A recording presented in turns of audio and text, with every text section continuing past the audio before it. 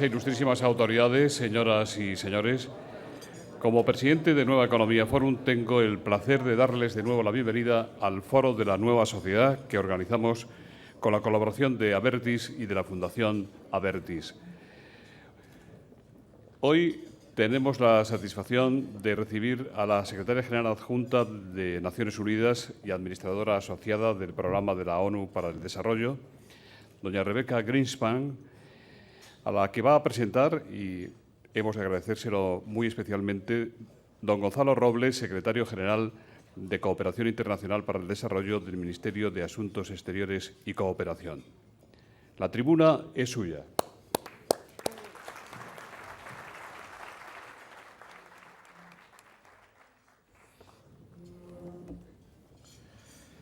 Estimado José Luis, presidente de Nueva Economía Forum, patrocinadores de Abertis, Fundación Abertis, señoras y señores, queridos amigos, cuando un prestigioso foro como es Nueva Economía Forum te pide que presentes a una personalidad de la talla de Rebecca Grynspan, de su relieve político, de su trayectoria personal, siempre te surgen algunas dudas, ¿no?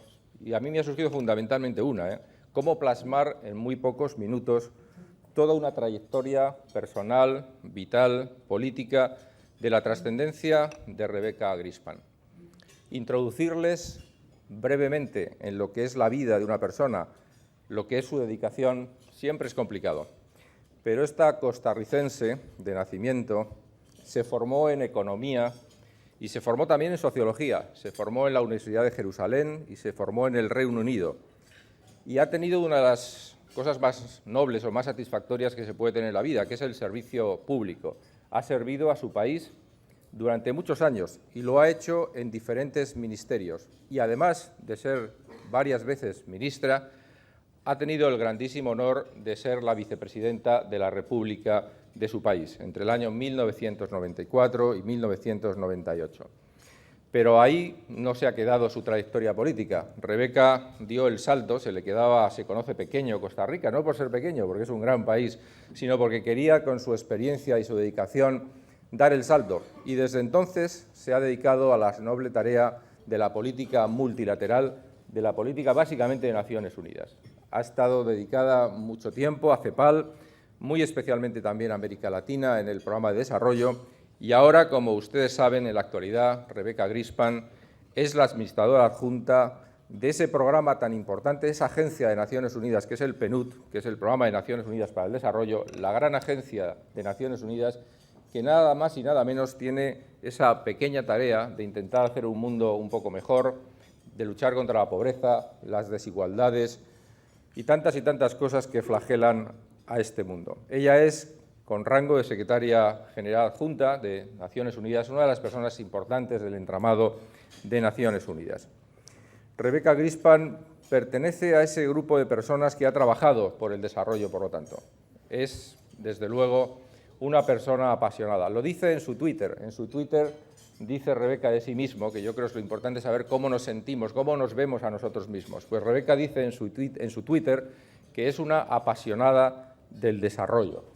Pues efectivamente es una apasionada del desarrollo porque tiene la suerte de ser de esas personas, de ese grupo de personas que han ayudado en el mundo a que las personas lleven una vida mejor, que las personas tengan realmente unas mejores perspectivas. Rebecca ha trabajado además para que el concepto de desarrollo no sea solamente un concepto de PIB, de ingresos y de gastos, de economía, sino para que realmente el concepto de desarrollo tenga también un componente cualitativo, esa capacidad que tienen las personas de elegir, de valorar, de tener su propia vida, una vida en calidad, realmente poner a las personas en el centro del desarrollo. A ese grupo de personas que han definido y han hecho del desarrollo un concepto más amplio que, como digo, simplemente el desarrollo económico, a ese grupo pertenece Rebecca Grynspan.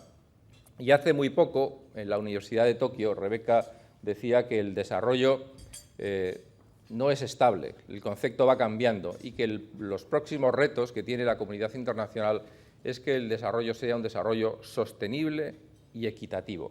Y en eso estamos, y en eso está la comunidad internacional y en eso está Rebecca.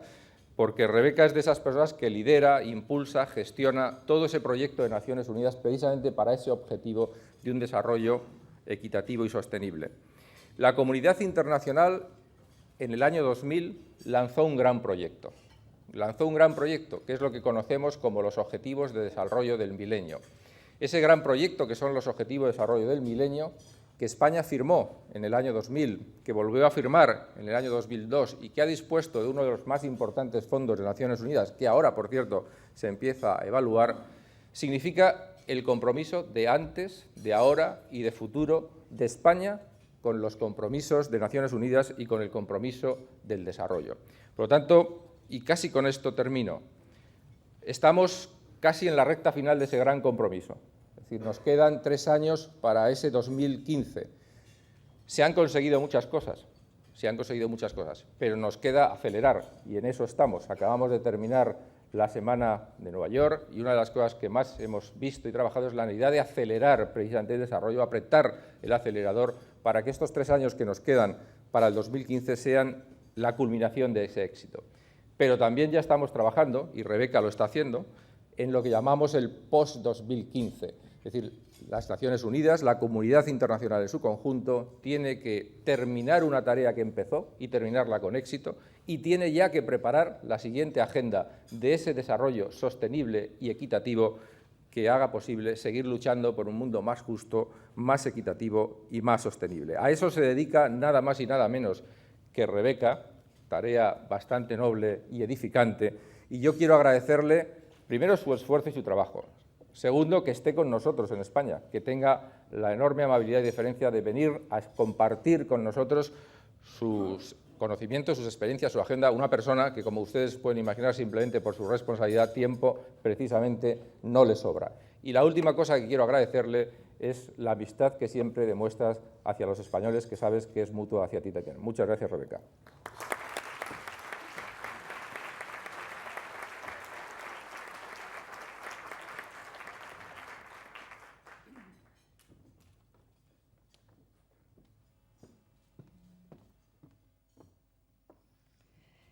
De verdad, déjeme comenzar primero por agradecerle de verdad muy especialmente a Gonzalo Robles por esas palabras, por estar aquí, por su compromiso, por su apoyo a la Agenda para el Desarrollo del PNUD.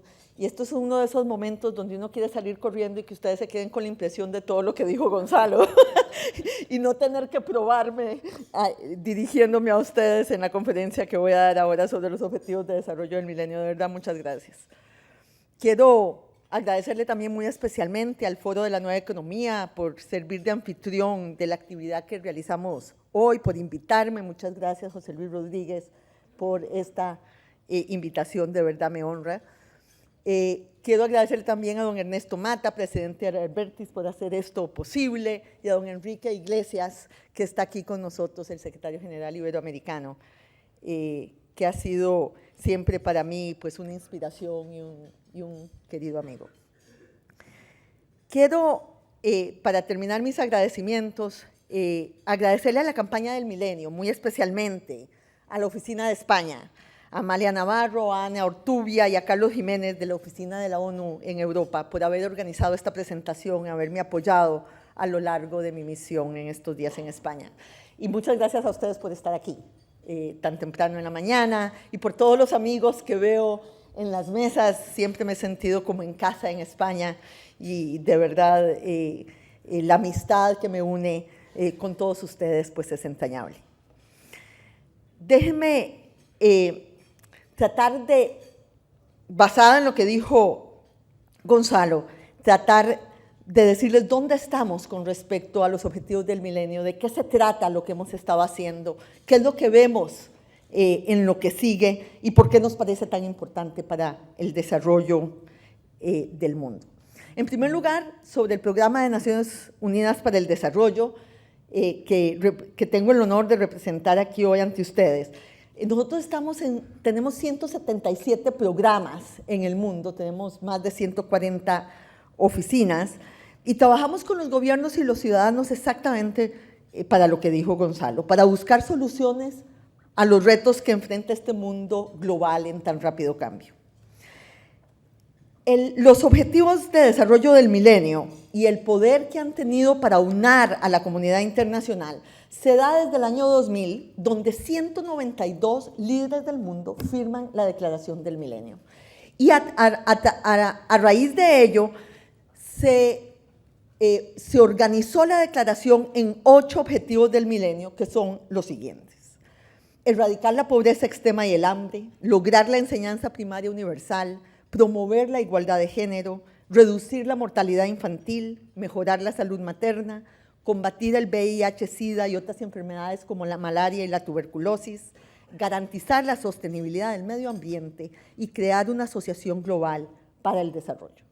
Ahora, ¿qué es lo distinto de los objetivos del milenio con respecto a muchas de las declaraciones anteriores de Naciones Unidas? Bueno, que esta vez el mundo decidió poner indicadores que eran medibles, poner fechas en las que debíamos cumplir con esas metas y poner un sistema para monitorear los que estaban cumpliendo con los objetivos del milenio a los que se habían comprometido. La verdad es que cuando este compromiso se firmó, pocos imaginaron que iba a tener tanto éxito. En realidad había mucho escepticismo sobre cuánto esta agenda iba a lograr sus objetivos. E inclusive dentro de Naciones Unidas se veían los objetivos del milenio con cierta distancia. Sin embargo, en el informe precisamente del secretario general sobre los objetivos del milenio este año, se da evidencia de qué es lo que ha pasado desde que se firmó en el 2000 y con respecto a 1990, que se tomó como año base para medir el progreso con respecto a los objetivos del milenio, lo que ha pasado. Entonces, quisiera repasar con ustedes, porque en general, cuando uno está en el tema del desarrollo, siempre da malas noticias, no buenas noticias. Siempre hablamos de los retos que tenemos por delante y pocas veces nos paramos a celebrar juntos lo que hemos conseguido. Y la verdad es que si no creemos que las cosas pueden suceder, pues no podemos movilizar la energía del mundo para poder conseguirlas también, para seguir con este esfuerzo hacia futuro. Entonces, en el informe del secretario general se da cuenta de que por primera vez, desde que comenzaron a analizarse las tendencias de pobreza, tanto la cantidad de personas que viven en la pobreza extrema como las tasas de pobreza cayeron en todas las regiones del mundo para el 2010, que es para cuando tenemos los últimos datos. Y esto incluye al África subsahariana, o sea, en todos los países del mundo hubo avances en cuanto a la pobreza extrema. Las estimaciones del Banco Mundial, que miden la pobreza extrema como por la línea de pobreza de $1.25 por día por persona, según el Banco Mundial, en el 2010 se alcanzó la meta de reducir la pobreza extrema en el mundo a la mitad, si comparamos con lo que era la pobreza extrema en 1990. En términos porcentuales, para el 2010, la pobreza extrema efectivamente se había reducido a la mitad, cumpliendo con la primera meta del milenio, que era reducir la pobreza extrema a la mitad para el 2015, antes de tiempo. Claro que muchas veces nos dicen, bueno, pero todo eso es China, ¿no? O sea, realmente es cierto que la contribución de China para la reducción de la pobreza extrema es muy elevada, pero por eso comencé diciendo que en todas las regiones del mundo ha bajado la pobreza extrema, inclusive en el África subsahariana, que como sabemos es uno de los lugares que muestran más rezagos con respecto al desarrollo humano. ¿Cuál otra meta hemos cumplido? Hemos cumplido la meta de reducir a la mitad la cantidad de personas sin acceso al agua potable. Y digo esto también porque España ha cumplido una labor muy importante en la agenda para el acceso al agua de siempre, mediante el acceso a fuentes de agua mejoradas, al suministro por cañería y pozos protegidos. Entre el 2000 y el 2012, más de 200 millones de personas lograron el acceso a fuentes de agua mejoradas, a instalaciones de saneamiento y a viviendas menos hacinadas. El tercer avance muy significativo con respecto a los objetivos del milenio es que el número de muertes por malaria en el mundo se redujo en casi un tercio. La cantidad de infecciones por VIH-Sida ha disminuido como un 21% desde 1997 y las muertes por causas relacionadas también al VIH-Sida han disminuido y en realidad estas cifras muestran que se han salvado millones de vidas en el mundo por la caída tanto en las infecciones de VIH, por la lucha contra la tuberculosis y por la lucha contra la malaria. También se han dado grandes avances en la educación. En realidad, el tema de la educación primaria universal, si bien no se ha llegado a la universalidad, pero el avance también en todas las regiones del mundo ha sido notable. Y la paridad entre niños y niñas en la educación primaria, que como ustedes saben, es realmente un reto todavía muy importante en muchos lugares del mundo, donde las niñas van mucho menos a la escuela y tienen muchas más dificultades para atender la educación, casi se ha logrado la paridad entre niños y niñas en la educación primaria. La mortalidad infantil ha descendido en todo el mundo a pesar del crecimiento de la población. Tal vez el reto en cuanto a mortalidad infantil, y yo sé que aquí hay muchas organizaciones de la sociedad civil que trabajan en la agenda de los derechos de los niños, pero ha disminuido mucho la mortalidad infantil para los niños menores de 5 años. Sin embargo, ha comenzado a aumentar la mortalidad infantil al nacer, y por lo tanto probablemente en la discusión de las metas del milenio para después del 2015 este es uno de los aspectos que se ha estado tratando. Pero para darles el dato de cuánto se ha reducido la mortalidad infantil en los niños menores de 5 años, esta ha disminuido de 12 millones de niños en 1990 que morían con menos de 5 años a 7.6 millones en 2010. Quiere decir que más de 5 millones de niños menos mueren hoy al día por la agenda, por la agenda que se ha promovido con los objetivos del milenio.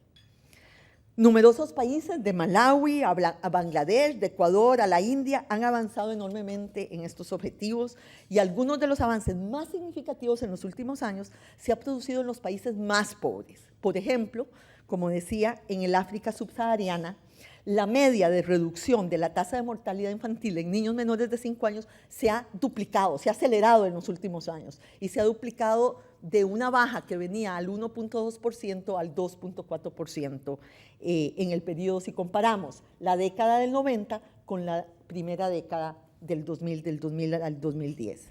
7 de los países menos desarrollados, Burundi, Madagascar, Ruanda, Samoa, Togo, la República de Tanzania, ha logrado o casi logrado el objetivo de lograr la educación primaria universal. Así que sin duda alguna, los objetivos de desarrollo del milenio lograron crear una agenda de desarrollo común que ha unido a los países y a los pueblos del mundo alrededor de la misma. Se logró traducir esta agenda global a las agendas nacionales y yo creo que esa es una de las cosas más importantes que debemos celebrar en la agenda de los objetivos del milenio, porque no se quedó como objetivos globales, sino que se logró traducir de esa agenda internacional a los marcos de desarrollo nacional, a las estrategias de desarrollo nacionales, a los presupuestos nacionales, porque esto no ha sucedido, este progreso no ha sucedido únicamente con la ayuda de la cooperación, que ha sido muy importante, sino también con la ayuda de la movilización de los recursos y las capacidades nacionales para poder tener una agenda sostenible que sostenga este progreso aún después del 2015. Y una de las cosas más interesantes que pasaron en el 2010, cuando se volvió a hacer se ratificó nuevamente el compromiso hacia los objetivos del milenio 10 años después de la declaración, una de las cosas más interesantes que pasó en Nueva York es que en realidad cambió el tono del discurso. Los líderes del mundo en desarrollo que llegaron a Nueva York llegaron a rendir cuentas, no llegaron a hablar de ayuda, llegaron a rendir cuentas sobre los objetivos del milenio, llegaron a decir lo que ellos habían hecho en sus países, llegaron orgullosos de lo que habían conseguido, llegaron a decir que habían respondido al compromiso que habían adquirido y cómo lo habían hecho y cuáles eran los obstáculos que todavía tenían. Era una conversación efectivamente sobre el desarrollo humano, no era una conversación nada más entre el norte y el sur. Era una conversación de qué hacer mejor, de cuáles eran las lecciones aprendidas, de cuáles eran las experiencias en las cuales nos podíamos basar para acelerar el progreso hacia el año 2015. Y lo que logró también la Agenda de Desarrollo del Milenio, los Objetivos de Desarrollo del Milenio, por lo que además los líderes se sentían obligados a rendir cuentas, es que movilizó a la sociedad civil dentro de las agendas nacionales. La sociedad civil encontró un instrumento, una voz común, una agenda común por la cual movilizarse y efectivamente pedir en sus respectivos países el cumplimiento de las metas que se habían acordado. La opinión pública interna y externa se convirtió en un elemento muy importante para juzgar a los gobernantes, que ya no podían simplemente decir otras cosas, si no se referían a los objetivos del milenio, pues la comunidad internacional, tanto como muchas veces sus audiencias internas, pues no prestaban la atención debida a los otros logros que se habían conseguido. Y la discusión ya no era solo sobre el crecimiento, sino que era también sobre cómo ese crecimiento promovía el desarrollo humano y una agenda mucho más sostenible hacia el futuro. Con todo esto positivo, pues evidentemente no estamos en el mundo perfecto. Redujimos a la pobreza extrema a la mitad, pero nos quedan más de 1.000 millones de personas y nos quedarán más de 1.000 millones de personas viviendo por debajo de la línea de pobreza extrema para el año 2015. Y hay algunos de los objetivos del milenio que están sumamente rezagados. Y quiero referirme especialmente a dos de ellos. El primer objetivo del milenio que está rezagado es la mortalidad materna. Y no porque no sepamos cómo prevenir la alta mortalidad materna. Ustedes saben más o menos cuál es la diferencia entre las tasas de mortalidad materna entre algunos de los países más pobres del mundo y el mundo desarrollado, pero en muchos de los países, el promedio en los países más pobres es de alrededor de 500 madres que mueren por cada 100.000 nacidos vivos. En el mundo en desarrollo, en muchos de los países está por debajo de 10 y por lo menos alrededor de 10 es más o menos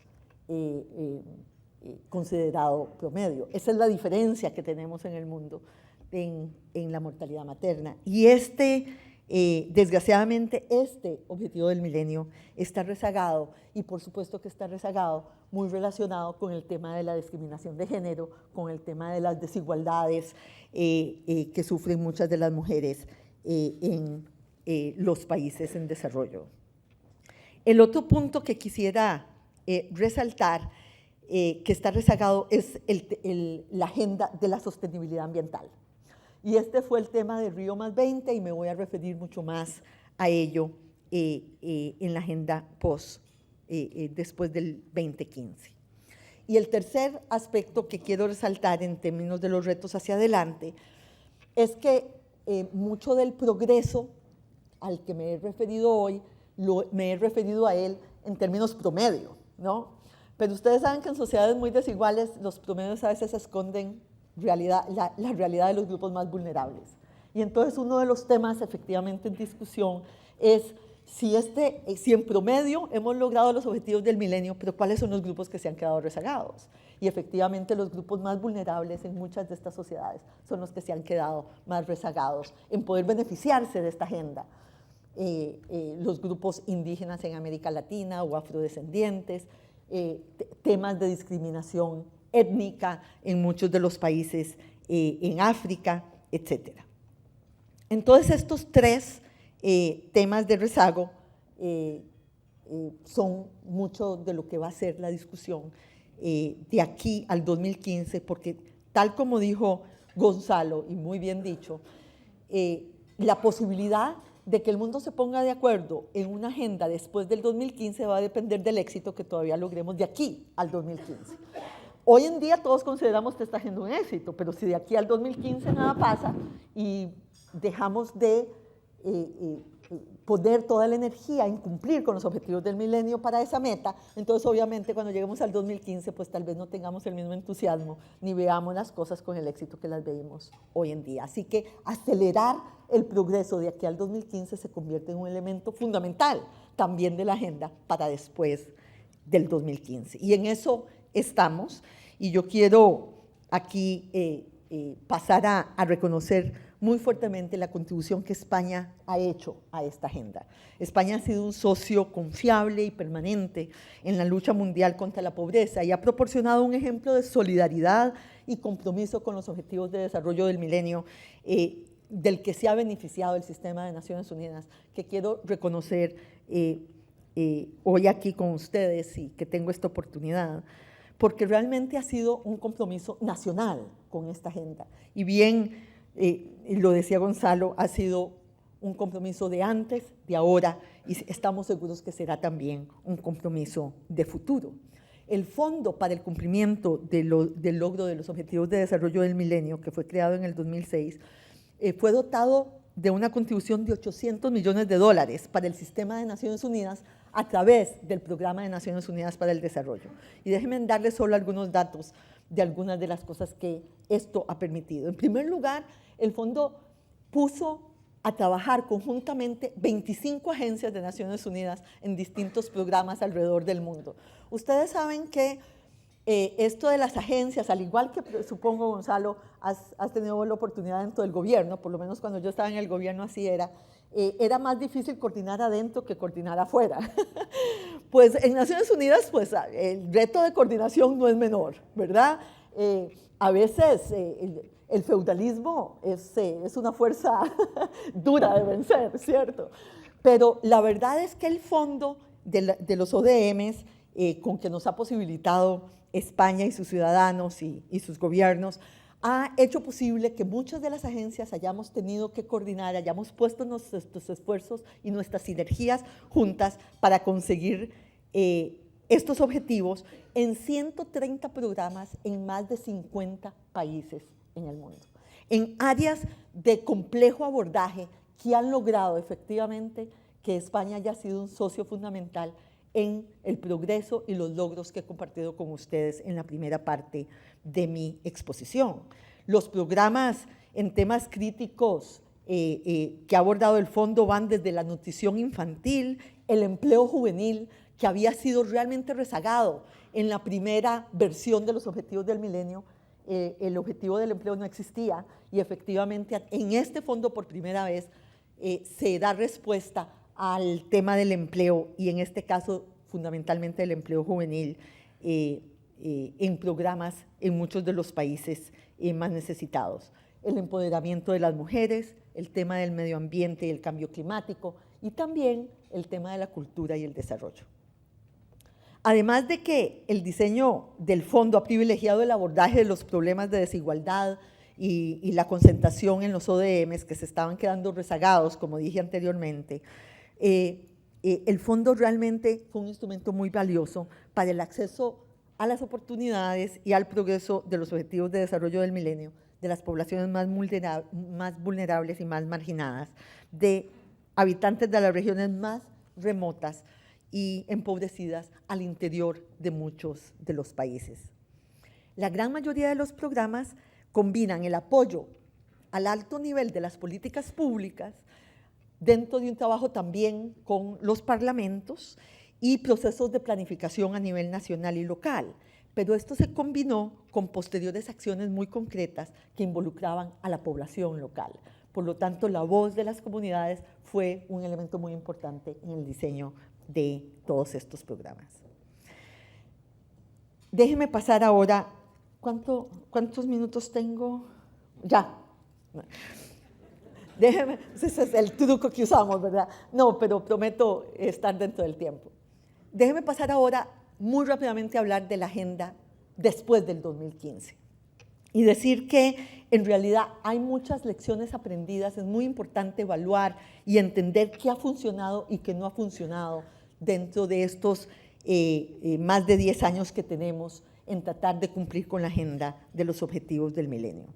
Hemos aprendido que nada sustituye el liderazgo y la apropiación nacional de las iniciativas de desarrollo. O sea, la comunidad internacional puede tener muy buenas ideas, podemos tener los recursos para la cooperación, si no hay un compromiso de los líderes nacionales, de las sociedades nacionales, si no hay apropiación de esta agenda por parte de los países, pues es muy difícil avanzar cualquier agenda, por más bien intencionada que sea. Sabemos, además, que la igualdad de género se convierte en un elemento fundamental, no solo como un objetivo de los objetivos del milenio, sino transversalmente para el logro casi de todos los objetivos del milenio. Hemos aprendido que el acceso a la salud y a la energía son claros catalizadores para impulsar el progreso a través de los objetivos del milenio. Y la agenda de energía va a ser una agenda muy importante en la nueva agenda internacional. Se mostró ya en Río +20 y ustedes saben que todavía hay en el mundo 1.3 billones de personas que no tienen acceso a la energía eléctrica, ningún acceso a la energía eléctrica. Y alrededor de 3 billones de personas en el mundo tienen acceso a energía muy poco confiable, incluyendo a energía de leña dentro del hogar, que causa más muertes por problemas de salud en las mujeres y en los niños que la malaria, ¿no? Y que ha sido una agenda un poco marginada y por lo tanto el tema de la energía va a ser un tema fundamental. Sabemos que el trabajo en asociación y que las inversiones con metas específicas pueden conducir de manera más eficiente a resultados concretos.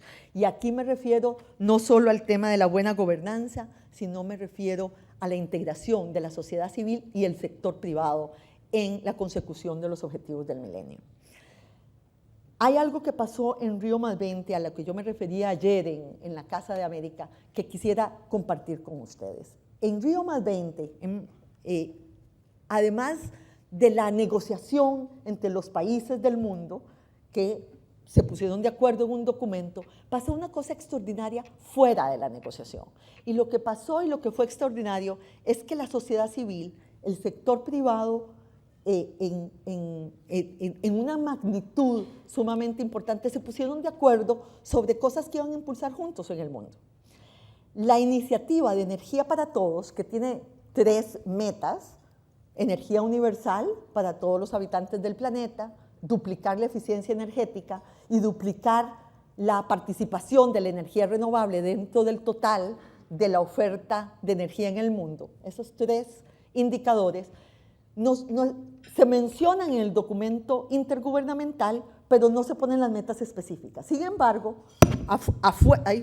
afuera de esta negociación, 50 países, un grupo muy importante del sector privado y un grupo muy importante de la sociedad civil se pusieron de acuerdo para llevar adelante esta meta hacia futuro, independientemente de que se pongan de acuerdo 192 países en el mundo. Y esta coalición de fuerzas de magnitudes muy importantes que pueden llevar adelante importantes iniciativas globales es un fenómeno nuevo en el mundo que debemos de considerar con mucha atención. Hoy en día, la coalición de los que quieren, las coaliciones de aquellos que se ponen de acuerdo porque comparten un objetivo común y están dispuestos a poner la voluntad política, los recursos, la tecnología y la innovación del sector privado y el compromiso de la sociedad civil para llevarlo adelante. En Río +20, 500 billones de dólares fueron comprometidos para iniciativas de este tipo, que son mucho más que efectivamente los recursos a través de los canales normales de la cooperación, que la cooperación conduce. Y por lo tanto, vamos a ver en el mundo, en los años por venir, un gran dinamismo de coaliciones de sector privado, de sociedad civil, de gobiernos, ayudados y apoyados por las instituciones multilaterales para llevar adelante iniciativas de gran envergadura, no son iniciativas marginales, sino iniciativas de gran envergadura a favor de objetivos comunes para el desarrollo sostenible y para la equidad en el mundo. Y en el marco de Naciones Unidas, pues ahora hay un panel de alto nivel que ha nombrado el secretario general para discutir la agenda del post-2015. Nosotros, dentro del sistema de Naciones Unidas, el PNUD y el resto de las agencias, vamos a hacer una gran consulta a nivel nacional y a nivel internacional, a nivel temático. Esperamos que España sea, y ya hemos estado en conversaciones para ello, pues un actor muy dinámico en estas en estas consultas temáticas, 50 consultas a nivel nacional, y ahora a través de los medios de comunicación, de las tecnologías del Twitter, del Facebook y los espacios cibernéticos, pues vamos a poder traer las voces de muchos ciudadanos en el mundo que están muy interesados en seguir con la agenda de los Objetivos de Desarrollo del Milenio y con lo que sigue. Solo quiero terminar con algo que me dijo la reina ayer, que tuve el honor de estar con su majestad. Y hablamos de los Objetivos del Milenio, ella muy conocedora, muy enterada de la realidad de América Latina y de África. Y cuando hablamos de los Objetivos del Milenio, lo único que ella me dijo es, pero vamos a seguir, ¿verdad? Después del 2015. Yo le dije, sí, su majestad. Y con ustedes hoy aquí, pues ese compromiso se renueva, porque esta agenda es importante para muchos seres humanos en el mundo que todavía están esperando una respuesta para poder tener una vida digna y una vida mejor. Muchísimas gracias.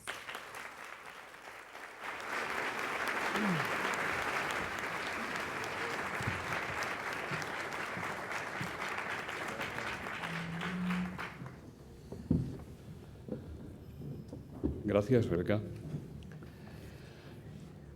Pues empezamos por las preguntas, y como ve, hay muchas. La que fuera secretaria de Estado de Cooperación Internacional y hoy portavoz socialista en el Congreso de los Diputados, Soraya Rodríguez, dice: ¿no cree que la mayor aportación es la visión conjunta de estrategias, de políticas? Constantino López dice: el Ministerio de Asuntos Exteriores ha visto reducido drásticamente su presupuesto para cooperación por culpa de la crisis. ¿Se puede cooperar eficientemente sin dinero? ¿Qué actitud, o con menos dinero, qué actitud ve en el Gobierno de España? ¿Primero estas dos? Sí, sí. Bueno, Soraya, mil gracias. Definitivamente, ¿no? Como yo decía, yo creo que los Objetivos del Milenio han tenido éxito porque han logrado combinar lecciones a nivel de proyecto unidas a políticas que tienen un ámbito nacional. Lo que llamamos el poder escalar el aprendizaje de la ayuda. Si nos quedamos en un proyecto, un proyecto por sí mismo no tiene capacidad transformadora, ¿no? Hay que poder o replicarlo a nivel masivo o informar la política para que a través de las políticas públicas se pueda tornar masivo. Y esto ha sucedido con los Objetivos de Desarrollo del Milenio. Una de las cosas que a mí más me ha impresionado es ver cuántos de los países en desarrollo han puesto los Objetivos del Milenio en sus planes nacionales, en sus estrategias de largo plazo, en sus presupuestos nacionales, donde no es solo la ayuda, sino que la ayuda ha sido complementada con una gran movilización de recursos internos para poder cumplir con los objetivos de los que estamos hablando. Entonces, definitivamente, esta unión entre lo que podemos aprender en un proyecto controlado y poder llevarlo a una escala que realmente haga una diferencia para millones de seres humanos es uno de los aprendizajes más importantes de los Objetivos del Milenio.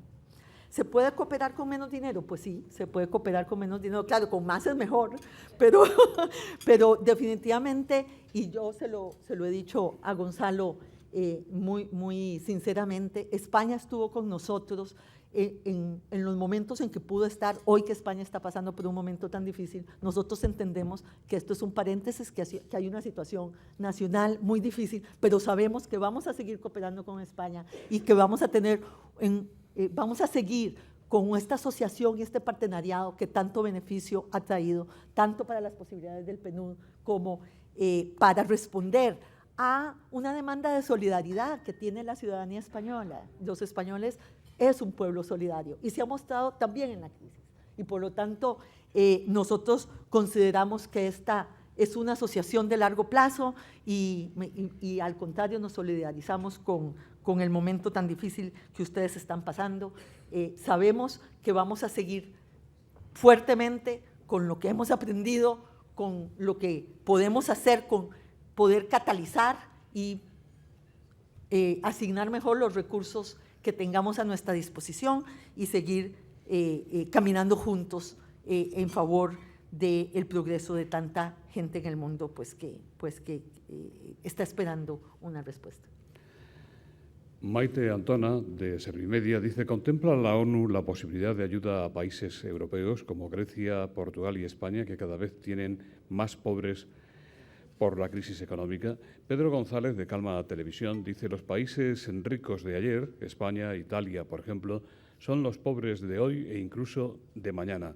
Sin embargo, sigue la inercia de exigirles los niveles de contribución de ayer al desarrollo global. ¿No cree, llegado el momento, de que los emergentes de hoy, China, Rusia, Brasil, tomen el relevo y se conviertan en el motor de ayuda internacional al desarrollo?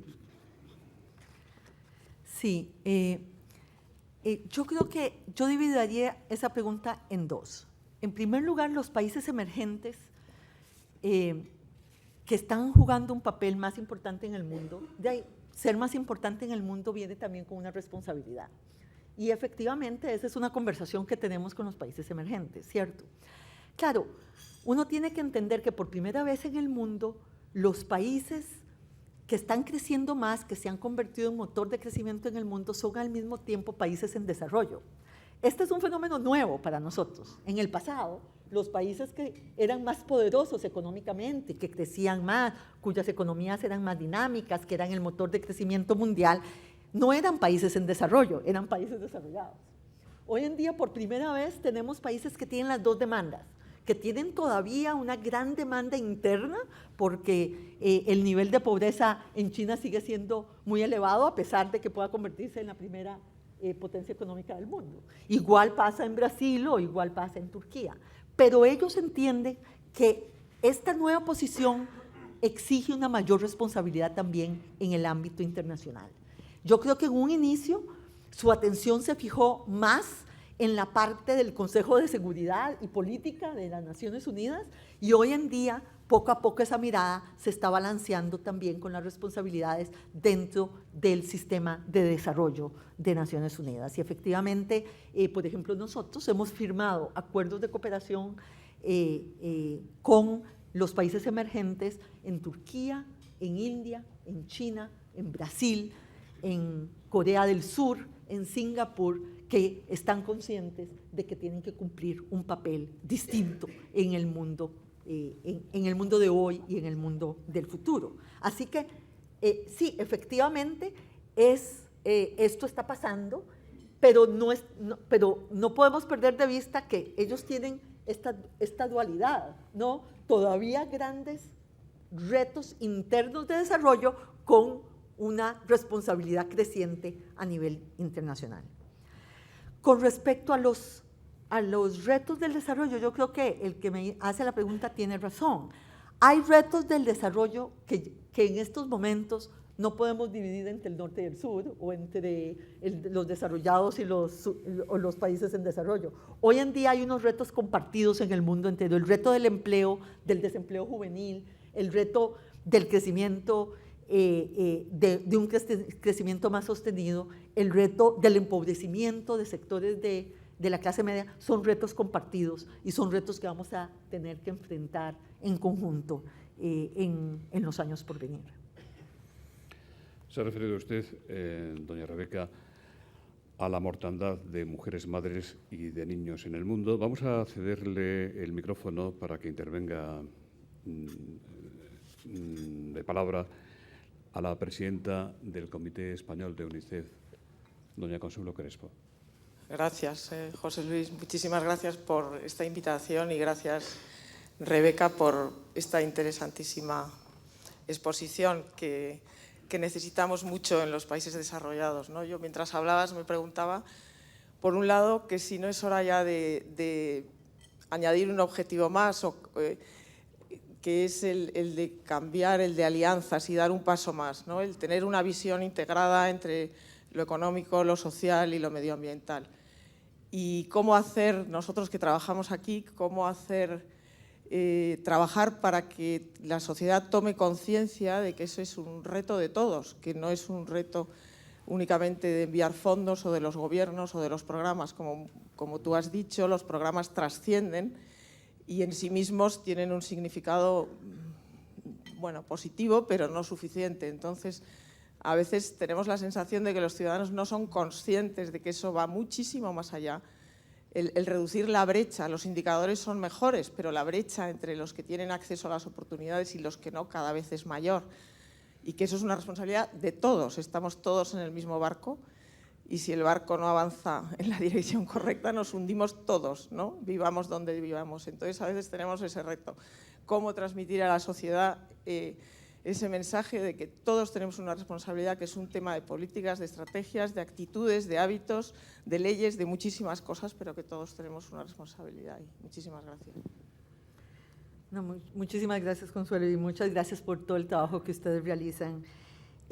Yo creo que has tocado un tema que es fundamental. Déjenme referirme a él con dos mensajes. El primer mensaje es que viniendo yo del PNUD, que somos los que hemos tratado de medir el progreso de una manera distinta y no solo por el crecimiento económico, nosotros tenemos el índice de desarrollo humano, hemos peleado por él desde los 90s, cuando comenzamos con los informes de desarrollo humano, pero hoy en día creemos que inclusive tenemos que avanzar mucho más, porque el índice de desarrollo humano, que fue un gran avance para no medir el progreso solo por crecimiento, no contempla la sostenibilidad ambiental, por ejemplo. Entonces, efectivamente, yo creo que el mundo tiene que dar un paso adicional.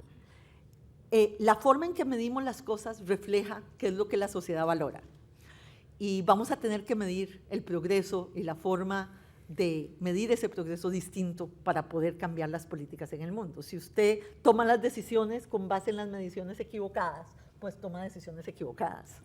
Entonces vamos a tener que poder, como bien decís, poder unir lo económico, lo social y lo ambiental en mediciones que reflejen mucho más el tema de la sostenibilidad hacia el futuro, de las futuras generaciones, y también el tema de la pobreza y las desigualdades como elemento fundamental. El crecimiento económico sigue siendo un elemento central, no se puede hacer chocolate sin cacao, ¿no? Y yo que vengo de la parte económica, pues digo, tampoco es que podemos lograr todo lo demás y no ponerle atención al crecimiento económico. Lo que necesitamos es un crecimiento económico que sea más sostenible y que sea más incluyente para efectivamente tener pues, un mundo mucho más estable.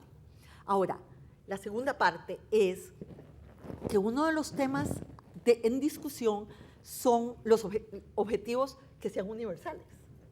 O sea, hay objetivos que no son objetivos que son solo para unos países, sino para otros. Y entonces, más y más, hay una agenda para unos objetivos universales, que compartamos todos, que no importa de dónde sea el ciudadano, en qué país viva, cuál sea su realidad específica, hay acciones que todos vamos a tener que tomar para que efectivamente vivamos en un mundo mejor para todos, porque lo que haga uno va a afectar a lo que haga el otro. Y hay una decisión de Río +20 fue formar un grupo de representación de los países para discutir la agenda de lo que se llama los objetivos de desarrollo sostenible para el mundo, ¿no? Que va un poco en la dirección de lo que has dicho. Y vamos a tener que ver cómo convergen estas dos vías. Por un lado, discutir qué sigue después de los objetivos de desarrollo del milenio y por otro lado discutir cuáles son los objetivos de desarrollo sostenible hacia el futuro. Estas dos vías van a tener que converger en una gran agenda global de desarrollo para todos. La senadora Margarita Durán dice, ¿podemos suponer que las iniciativas legislativas de algunos sistemas políticos es consecuencia de la primavera árabe, suponen un retroceso en el objetivo de la igualdad de género? Difícil pregunta. No sabemos. No sabemos todavía. La movilización de la sociedad civil y las mujeres fueron un factor fundamental en la demanda por más democracia, por más igualdad, por más libertad.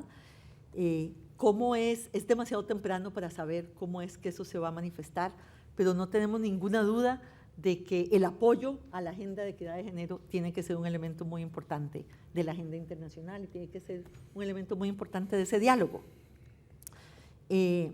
Yo contaba en una entrevista que me hizo El País ayer, mi impresión y realmente mi fuerte impresión en la reunión que yo tengo con las mujeres siempre que voy de visita a alguno de los países, en este caso fue Afganistán, ¿no? Y mi reunión con las mujeres líderes de Afganistán, de la sociedad civil, del gobierno,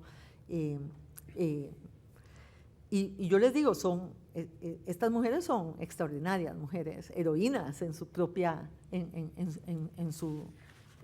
el ámbito en el que trabajan, con grandes obstáculos y grandes dificultades. Pero no podemos subestimar la fuerza que la acción propia de las mujeres en estos países puede traer hacia adelante. Yo creo que nosotros vamos a tener que apoyar esa agenda fuertemente, estar muy atentos hacia cómo se desarrolla, pero en estos momentos es demasiado temprano para yo decir si la primavera árabe va a traer más equidad de género o va a ir en otro sentido. Pero me parece que no es independiente de lo que la sociedad civil y el mundo haga. O sea, no es que esté escrito, hay que escribirlo. Y lo que yo espero es que se escriba en la dirección de mayor libertad y de mayor equidad. Carolina Ramos le pregunta qué lugar ocupa entre los objetivos del milenio el combate del narcotráfico, uno de los temas tratados en la reciente cumbre con Hillary Clinton y los países que integran el sistema de integración centroamericana en la que usted participó. Bueno, se imaginan que este tema es muy cercano a mi corazón, viniendo de Centroamérica y sabiendo los enormes retos que Centroamérica tiene en este tema. Ustedes saben que en los países del Triángulo Norte de la región, Honduras, El Salvador y Guatemala, la tasa de homicidios es la mayor del mundo, inclusive mayor que en países que están en conflicto interno. Por lo tanto, estamos ante un problema de dimensiones gigantescas y parte del problema es que este es un problema que no pueden enfrentar los países aisladamente. Este es un problema de crimen organizado internacional y por lo tanto la cooperación de los países y la cooperación de países tan importantes como Estados Unidos es fundamental para poder tener algún éxito. Además, existe el siguiente problema en América Latina, si ustedes me permiten decir esto con candidez, y es que muchas veces en la lucha contra el narcotráfico el éxito de un país es el fracaso del otro, ¿no? Porque si lo único que hacemos es mover, ¿verdad?, el problema a otra frontera, porque ha sido exitoso dentro de las fronteras nacionales, pero el problema se mueve a otro, pues no estamos realmente logrando el objetivo final. Y por lo tanto, por eso es tan importante la cooperación, por eso fue tan importante esta reunión con el Sistema de Integración Centroamericana, que tiene un proyecto de cooperación regional en el que además ha participado España muy activamente en la cooperación de varios de los actores de la región, Estados Unidos, la Unión Europea, España, en un programa mucho más articulado, mucho más coherente, donde no nos pase que lo que hace alguien con la mano lo borra el otro con el codo, ¿no? Y entonces realmente Hillary Clinton ha sido un elemento aglutinador muy importante, se ha preocupado mucho por esta agenda.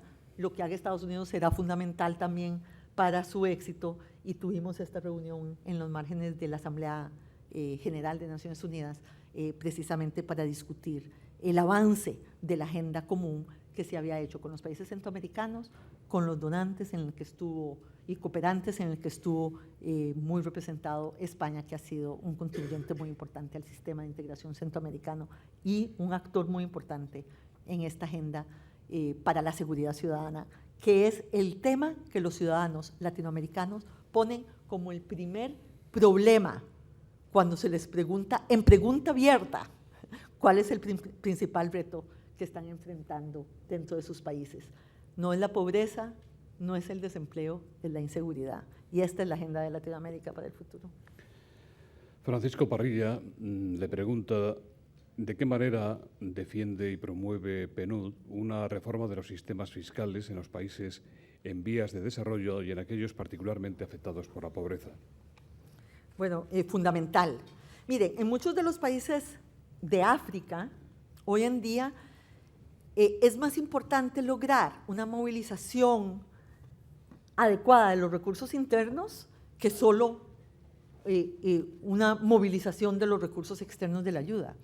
Países con enormes recursos naturales a los que nosotros estamos apoyando precisamente para que logren negociar mejor en términos de la explotación de sus recursos naturales, pero además que logren asignar mejor sus presupuestos y los recursos que provienen de esa explotación y de esa riqueza. Y por supuesto que aquí hay varios temas y lo digo también con candidez. Bueno, hay un tema de profesión, ¿verdad? Hay un tema de la capacidad de las instituciones, hay un tema de la construcción de esas capacidades y de esa institucionalidad, hay un tema de combate a la corrupción, hay un tema de transparencia y hay un tema de rendición de cuentas. Y nosotros efectivamente estamos apoyando a muchos de estos países a tener muchos mejores sistemas fiscales, pero también muchos mejores sistemas de rendición de cuentas, de movilización, de transparencia, que son elementos fundamentales para poder asignar los recursos públicos de una manera más adecuada, más dirigida hacia el desarrollo humano y con mayor probidad en el uso de los recursos. Esta no es una agenda para nada fácil, ¿cierto? Porque es una agenda que fácilmente se politiza y entonces la acción realmente del PNUD en este campo es muy importante porque nosotros entramos a ella por el lado del desarrollo y yo creo que una de las cosas que los países valoran de nuestra intervención es que el PNUD se convierte en un actor imparcial, no neutral porque tenemos una agenda de valores, pero sí imparcial porque es un actor que logra convocar a muchos sectores distintos de la sociedad, con una credibilidad que tal vez los gobiernos, si lo harían solos, no tendrían. Y esa es una función que nosotros cumplimos en muchos de estos países para provocar un diálogo nacional, una construcción de consensos, y efectivamente en el tema de la fiscalidad, no es solo el gobierno el que puede actuar, tienen que actuar los parlamentos y tiene que actuar la sociedad civil para tener sistemas adecuados de rendición de cuentas. Entonces nosotros tenemos una actividad muy fuerte en este campo. Precisamente la próxima semana habrá una reunión muy importante de programas de anticorrupción en el mundo que se va a hacer en Brasil y donde se van a presentar muchas de las experiencias, de las lecciones aprendidas en este tema por parte del PNUD y por parte de otros actores que han sido muy dinámicos en esta agenda.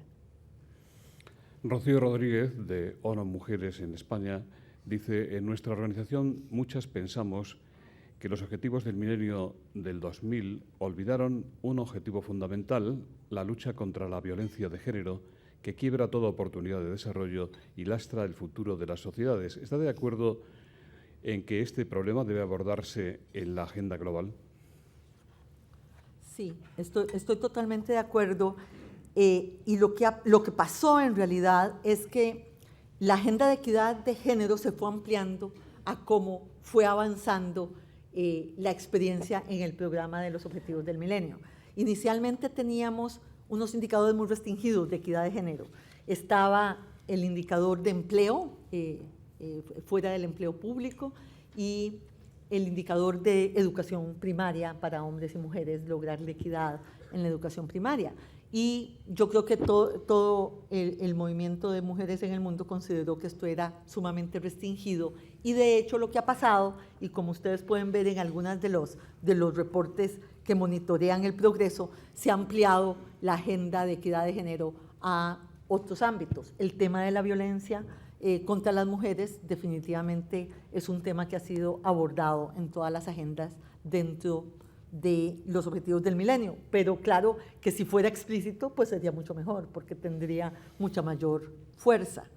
Ahora, dicho esto, porque yo creo que el tema de la equidad de género no puede ser un objetivo, el tema de equidad de género vamos a tener que verlo transversalmente también en toda la agenda, pero una advertencia es que una de las cosas que los Objetivos del Milenio lograron es que era una agenda concentrada, habían pocos indicadores, pocos objetivos y por lo tanto eran medibles y monitoreables.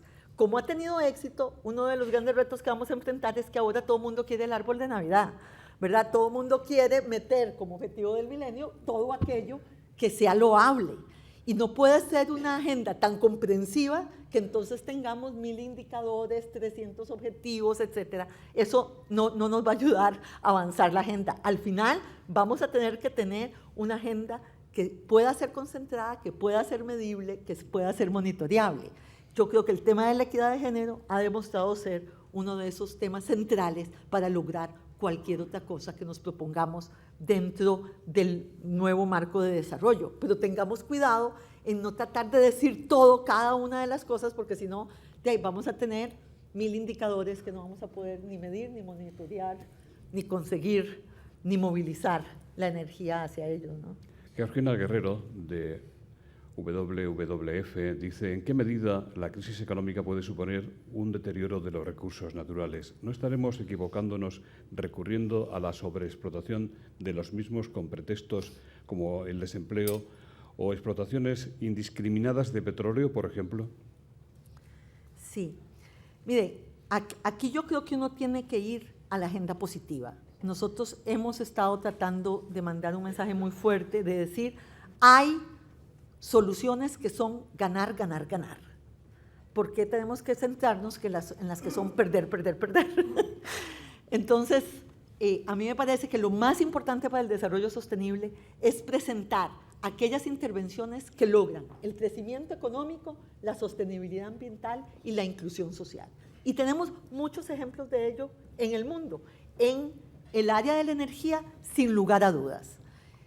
Tanto en energías renovables, bueno, en la energía, por ejemplo, eólica, donde España es un actor muy importante, hay países que ya tienen, que tienen la potencialidad de poder tener 30% de la oferta de energía en energía eólica. ¿Por qué no promover esa agenda, ver cuáles son los incentivos que tenemos que tener, cuáles son las capacidades que hay que desarrollar para tenerla? ¿Podemos sustituir el petróleo con energía renovable en este momento? No, no podemos. ¿Podemos avanzar hacia una mayor mezcla de energía renovable con energías fósiles? Sí, sí podemos. Y el mundo lo que se ha propuesto es duplicar la proporción de energía renovable dentro del total de oferta de energía en el mundo. Esa es la meta. Ahora, ¿significa que de hoy a mañana vamos a dejar de usar la energía fósil? No, no podemos hacer eso.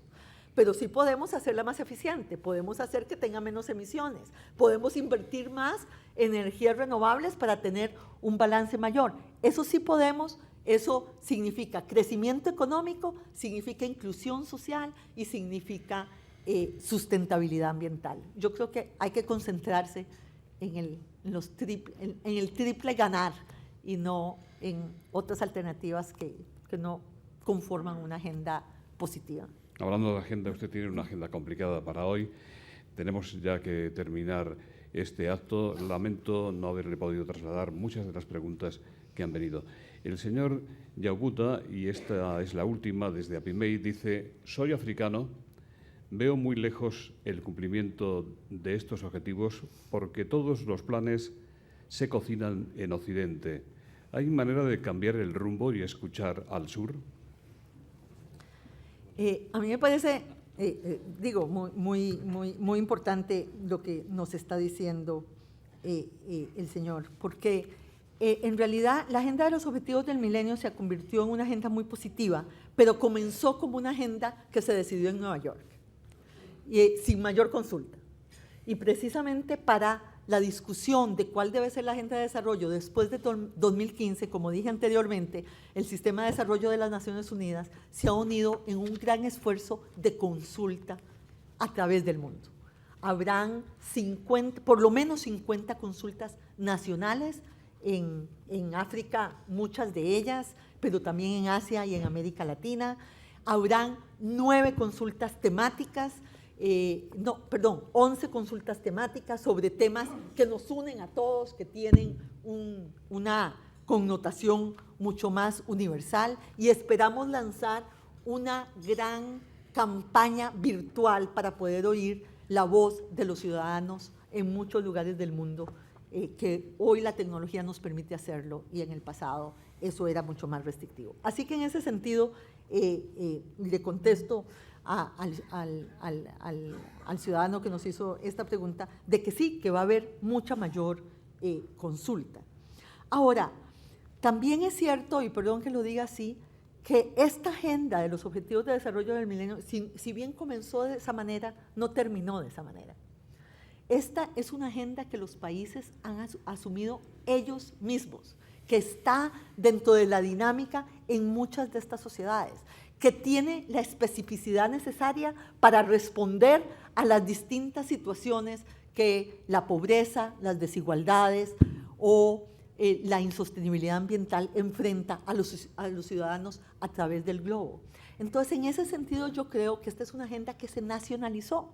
O sea, que comenzó como una agenda global, pero que tuvo la virtud de ser asumida y adueñada por parte de la sociedad civil y de muchos de los gobiernos a través en muchos de los países del mundo. Por lo tanto, a mí me parece que si bien es cierto que empezó de esa manera, no es cierto que terminó de esa manera.